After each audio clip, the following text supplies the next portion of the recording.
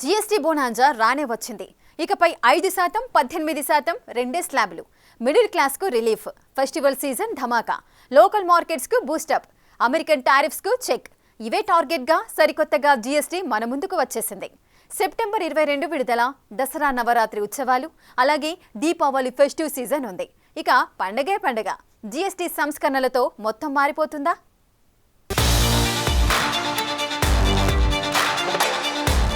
Right. భారత్లో GST సంస్కరణలతో festival season boost up కాబోతోందా అంటే అవునన్న సమాధానమే వస్తోంది. ఎక్కువగా మిడిల్ క్లాస్ కు రిలీఫ్ ఇచ్చేలా జీఎస్టీ కౌన్సిల్ నిర్ణయాలు తీసుకుంది. ఇంకొద్ది రోజుల్లో మన దేశంలో బిగ్గెస్ట్ ఫెస్టివల్ సీజన్ మొదలవుతుంది. దసరా నవరాత్రి ఉత్సవాలు, అలాగే దీపావళి పండుగలు ఉన్నాయి. ఈ టైంలో రీటైల్, ఆటోమొబైల్, ఎలక్ట్రానిక్స్, బట్టలు, ఆభరణాలు, స్వీట్స్, గృహోపకరణాలు, గిఫ్ట్ ఐటమ్స్ వంటి రంగాల్లో భారీ కొనుగోళ్లు జరుగుతాయి. మార్కెట్లు కళకళలాడుతూ ఉంటాయి.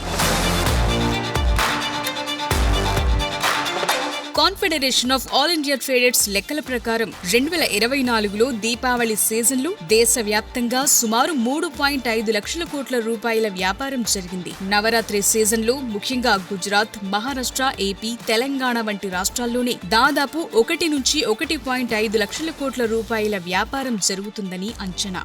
2025లో ఈ నంబర్ దేశవ్యాప్తంగా మరింత పెరిగే అవకాశం ఉంది. ఎందుకంటే జీఎస్టీ తగ్గించేశారు. ఈ పండుగల టైంలో ఆభరణాలు 30 నుంచి 40% వ్యాపారం, ఎలక్ట్రానిక్స్ 20 నుంచి 25%, ఆటోమొబైల్స్ 15 నుంచి 20%, దుస్తులు 20%, స్వీట్స్, గిఫ్ట్స్ లాంటివి బాగా అమ్ముడవుతాయి. ఈ కామర్స్ ప్లాట్ఫామ్లు దీపావళి సేల్స్ లో దాదాపు 50,000 కోట్ల రూపాయల బిజినెస్ చేస్తాయి. సో ఈసారి జీఎస్టీ ధమాకాతో పండగ బిజినెస్ 4 లక్షల కోట్ల రూపాయలు దాటేస్తుందన్న లెక్కలున్నాయి. అదే జరిగితే మన ఎకానమీకి కొత్త బూస్టప్ వచ్చే ఛాన్స్ ఉంది.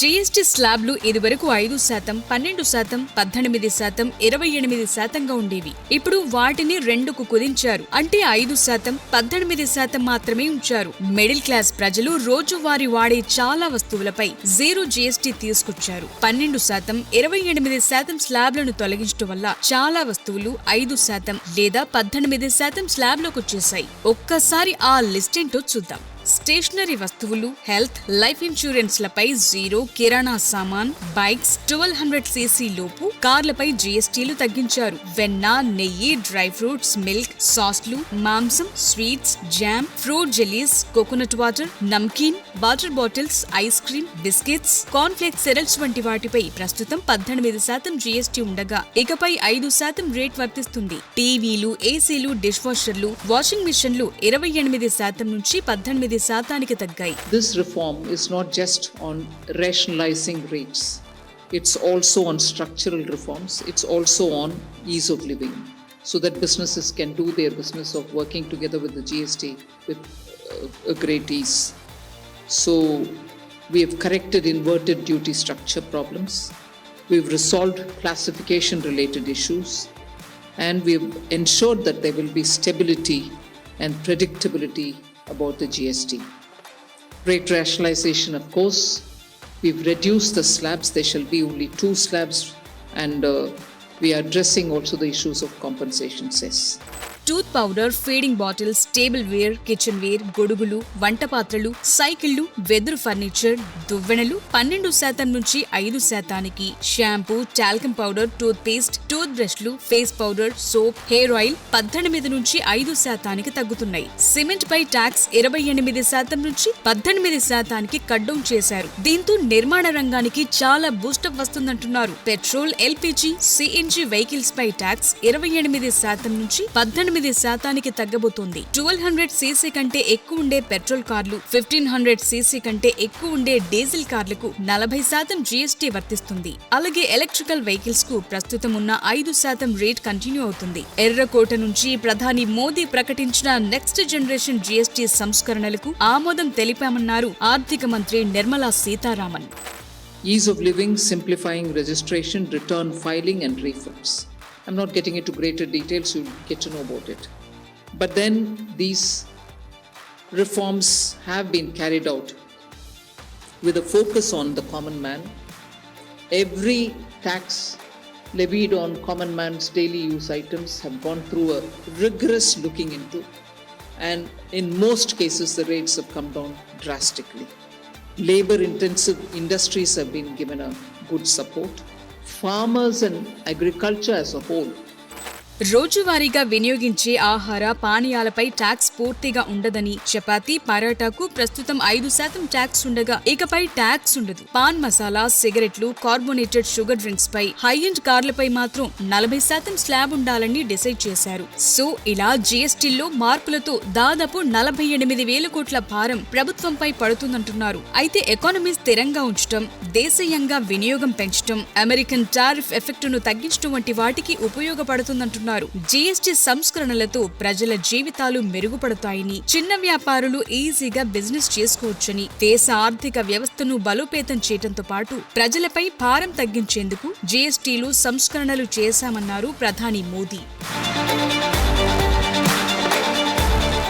జీఎస్టీ కౌన్సిల్ ప్రారంభించాక పన్ను విధానంలో ఇదే అతిపెద్ద సవరణ. రైట్, జీఎస్టీ తగ్గించారు, మరి మనకేంటి? మన జేబులో ఎంత మిగులుతుంది? కారు కొంటే ఇది వరకు రేటుకు ఇప్పటి రేటుకు ఎంత తేడా వస్తుంది? మిడిల్ క్లాస్ ఇంటి బడ్జెట్పై తగ్గిన జీఎస్టీ ఎలాంటి ఎఫెక్ట్ చూపుతుంది? జనానికి మిగిలిన డబ్బును మళ్లీ మార్కెట్లో పెడతారని ప్రభుత్వం నమ్మి ఈ జీఎస్టీ సంస్కరణలు తీసుకొచ్చిందా? జీఎస్టీ తగ్గింది, 2 స్లాబ్లకు కుదించారు. కొన్ని ప్రోడక్ట్స్ పై జీఎస్టీ మొత్తానికే ఎత్తేశారు. మరి ఈ మార్పులతో మన పర్సులో ఎంతవరకు మిగులుతుంది? ఎలా మిగులుతుందో 1 by 1 చూద్దాం. ఫస్ట్ ఇంటి బడ్జెట్ లెక్కలు వేద్దాం. ముఖ్యంగా నెలవారీ కిరాణా సామాన్ అందరికీ అవసరమే. రోజువారీ వాడే హెయిర్ ఆయిల్ దగ్గర నుంచి బిస్కెట్ల దాకా 5% జీఎస్టీ స్లాబ్లకు రావడంతో చాలా వరకు ఖర్చులు తగ్గినట్లే. ఫర్ ఎగ్జాంపుల్, 4 నుండి కుటుంబానికి నెలకు 5,000 రూపాయలయ్యే కిరాణా బిల్ ఇప్పుడు కొనే వస్తువుల ఆధారంగా ఇంచుమించు 500 నుంచి 800 రూపాయల వరకు తగ్గుతుంది. ఇందులో స్టేషనరీ ఖర్చులు కూడా వేసుకుంటే వాటిపై జీఎస్టీ 0 చేశారు. ఫైనల్ గా ఇంకింత బడ్జెట్ తగ్గుతుంది. సో ఇంటి బడ్జెట్ ఎంతో కొంత తగ్గినట్లే కదా. నెక్స్ట్, లైఫ్ హెల్త్ ఇన్సూరెన్స్ల సంగతి చూద్దాం. ఇందులో జీఎస్టీ 18% నుండి 0కి తగ్గించారు. అంటే కంప్లీట్ రిలీఫ్ అన్నమాట. ఉదాహరణకు భార్య, భర్త, 2 పిల్లలు ఉండే కుటుంబం ఏడాదికి 25,000 రూపాయలు హెల్త్ ఇన్సూరెన్స్ కు కడుతుందనుకుందాం. 18% జీఎస్టీ లేకపోవడంతో డైరెక్ట్ గా 4,500 రూపాయలు ఆదా అవుతాయి. సో నెక్స్ట్ ప్రీమియం 20,500 రూపాయలు కడితే సరిపోతుందన్నమాట. ఇప్పుడు చిన్న కార్ల సంగతి చూద్దాం. వీటిపై జీఎస్టీని 28 నుంచి 18%కి తగ్గించారు. డైరెక్ట్ గా 1200 సీసీ లోపు పెట్రోల్ కార్ లేదంటే 1500 సీసీ కెపాసిటీ డీజిల్ కార్ కొంటే 18% జీఎస్టీ కారణంగా జనం 60,000 రూపాయల నుంచి 80,000 రూపాయల్ని ఆదా చేసుకోవచ్చు. సపోజ్ ఒక కార్ 7.5 లక్షల ఎక్స్ షోరూమ్ ప్రైస్ ఉందనుకుందాం. 28% జీఎస్టీ అయితే 2.10 లక్షలు కట్టాల్సి వస్తుంది. అదే ఇప్పుడు 18% జీఎస్టీతో కట్టాల్సింది 1,35,000 మాత్రమే. అంటే స్ట్రేట్ అవే మనకు 75,000 రూపాయలు తగ్గిపోతుంది. చిన్న కుటుంబం, చిన్న కారు కొనే వారికి బిగ్ రిలీఫే కదా. ఈ దసరా, దీపావళికి కార్లు కొనే వారికి ఇంతకంటే ఏం కావాలి? ఈ 75,000 రూపాయలను రకరకాల పొదుపు మార్గాల్లోకి మళ్లించుకోవచ్చు. ఎఫ్డి వేసుకోవచ్చు. హెల్త్ టర్మ్ ఇన్సూరెన్స్ లేకపోతే తీసుకోవచ్చు. అవి కూడా 0 అయ్యాయి. ఇందులోనూ డబ్బు మిగులుతుంది. చిన్నపిల్లలుంటే సుకన్య సమృద్ధి యోజన లేదంటే పీపీఎఫ్ లాంటి వాటిల్లో ఇన్వెస్ట్ చేసుకోవచ్చు. ఇక రియల్ ఎస్టేట్ రంగానికి ఊతమిచ్చేలా సిమెంట్ జీఎస్టీని 28% నుంచి 18%కి తగ్గించారు. ఒక 60 ఇంచుల ఎల్ఈడి టీవీ 60,000 రూపాయలుందనుకుంటే ఇప్పుడు జీఎస్టీ 28 నుంచి 18%కి తగ్గడంతో యావరేజ్ గా 6,000 రూపాయలు తగ్గుతుంది. ఇక పండుగ ఆఫర్లు ఉండనే ఉంటాయి. అవసరం లేని వారు కూడా పండగ సీజన్ లో ఇలాంటి వస్తువులు కొనే అవకాశం ఉంటుంది. సో మార్కెట్ బూస్టప్ అవుతుందన్నమాట. ఇక వ్యవసాయం విషయానికొస్తే ఫర్టిలైజర్ ఇన్పుట్స్, ట్రాక్టర్స్, వాటి విడిభాగాలపై జీఎస్టీ 5%కి తగ్గించడంతో ఇవి రైతుల ఖర్చులను చాలా వరకు ఆదా చేస్తాయి. ఉదాహరణకు జీఎస్టీలో మెన్షన్ చేసిన అగ్రికల్చర్ రిలేటెడ్ ప్రొడక్ట్స్ కు 5 ఎకరాలకు 1,00,000 రూపాయలు ఖర్చయితే వేసిన పంట, వాడిన ఫెర్టిలైజర్ల మోతాదు ఆధారంగా యావరేజ్ గా ప్రతి 1,00,000 రూపాయల ఖర్చుతో 10,000 మిగిలే అవకాశం ఉంటుంది. అంటే రైతుకు చాలా రిలీఫే. మరో ఎగ్జాంపుల్ ఎగ్జాంపుల్ చూద్దాం. ట్రాక్టర్స్ పై GST 5% తగ్గించారు. యావరేజ్ గా ఓ ట్రాక్టర్ 6 లక్షల రూపాయలుందనుకుంటే దానిపై ప్రస్తుత 5% GSTతో 30,000 అవుతుంది. అంటే 6,30,000. అది అంతకు ముందైతే 6,72,000. సో ఇప్పుడు తగ్గిన GSTతో యావరేజ్ గా 42,000 రూపాయలు రైతులకు ఆదా అయినట్లే. రైతుల ఖర్చులు తగ్గి లాభాలు పెరిగితే రూరల్ ఎకానమీ పెరుగుతుందన్న లెక్కల్ని కేంద్ర ప్రభుత్వం వేసుకుంది. చిన్న కార్లు, బైక్లు, టీవీలు, ఏసీలు, రియల్ ఎస్టేట్ కి బూస్టప్ గా సిమెంట్ రేట్ తగ్గటం అన్ని సెప్టెంబర్ 22 నుంచి చౌకగా మారుతాయి. పండుగ సీజన్ లో బడ్జెట్ షాపింగ్ కి ఇదే సరైన టైం. ఆఫర్స్ ఇస్తాయా, లేదంటే ఎలాగూ కస్టమర్లకు బెనిఫిట్ జరుగుతుంది కదా అని చెప్పి ఇండైరెక్ట్ గా బాధిస్తాయా అన్నది చూడాలి. సో ఈ GST 2.0 ద్వారా మిడిల్ క్లాస్ పీపుల్ కి కేంద్ర ప్రభుత్వం క్లియర్ కట్ మెసేజ్ ఇచ్చింది. వారి ఇంటి బడ్జెట్ ను ఆదా చేస్తుంది. అదే సమయంలో లగ్జరీ లైఫ్ కోరుకునేవారు అనారోగ్యం కలిగించే ప్రొడక్ట్స్ వాడదామంటే మాత్రం భారీగా జేబులో నుంచి ఖర్చు చేయాల్సిందే. ఇది బ్యాలెన్స్ షీట్ మాత్రమే కాదు, మీ నెలవారీ ఇంటి బడ్జెట్ లెక్కలు. మీ పర్స్ లో యావరేజ్ గా ఎంత మిగులుతుందో లెక్కేసుకోండి.